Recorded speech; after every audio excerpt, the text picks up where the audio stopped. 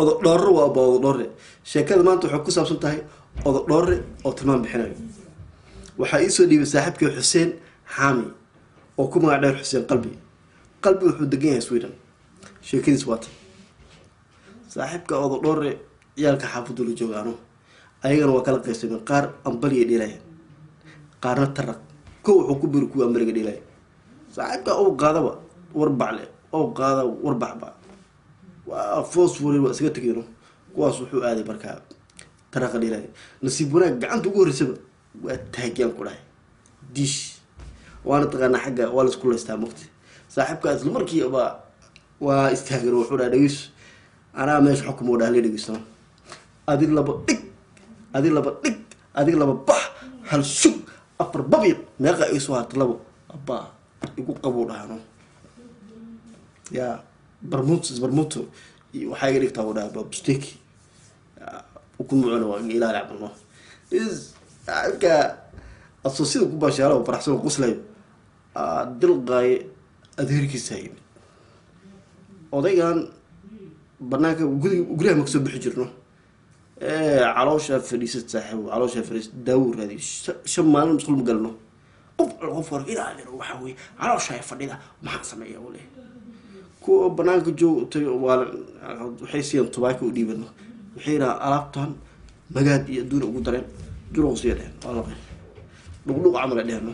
ninkan qabsay dhuq wixiya dhanaan iyo qarad iyo baleela noqday wuxuu isiri waxaan daawano ku jiraan duruqsi oo la qeyno saaxiibka waa wareer inaad xaggan jooga war waa wareeray aw gurigii Allah booqo bilaabno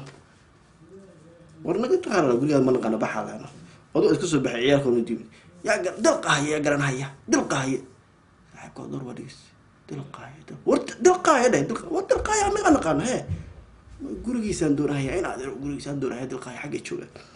war ma jooga ma naqane gurigiisa waan ku tilmaamo dhaano jidkan qabso dhaaba wadada ma qabso tarax ku tarax isgooska wad ka booti kan labaad kor u fiiri ka saddexaad diiba bidaxa u lahaanay isla markii dhinaca bidaxa waxa ka qabanay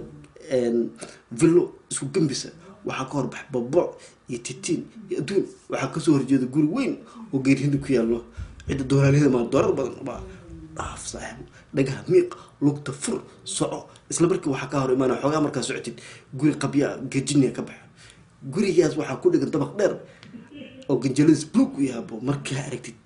ganjeeladaas istiyaari way jiira ku dhigan jiiradaas dhaw ku jeega laabeen oo baa marka ma xasaas ugu la baxdidba geedkii weena mukiga salbalaarka aba oo xidada banaanka ciyaalka xafid ku baashaal jireen aba arkeeno saaxiib ka gambo dhahay maxaa ka gambada shimbirto noo dhahay maxaa kooda waa ku koominayno oo intee basada ka ilaasho macnaha guriga dilqaay waa gaameen kinjeliis waa gaamataano qof markuu galayo iska fiiriyo odagaan u diga wuxuu leeyahay iska fiiri odayga yaab war badan inta uu hadlaaya afka isku qawmay hadda cid fahmi ka dhama jido hadda balo anaga yaabnay oo adigu iska baxay isku qoray markaas way dhuqa kaale walaano hadda wareersid ma aragti ima wada ana ku shuudo yurna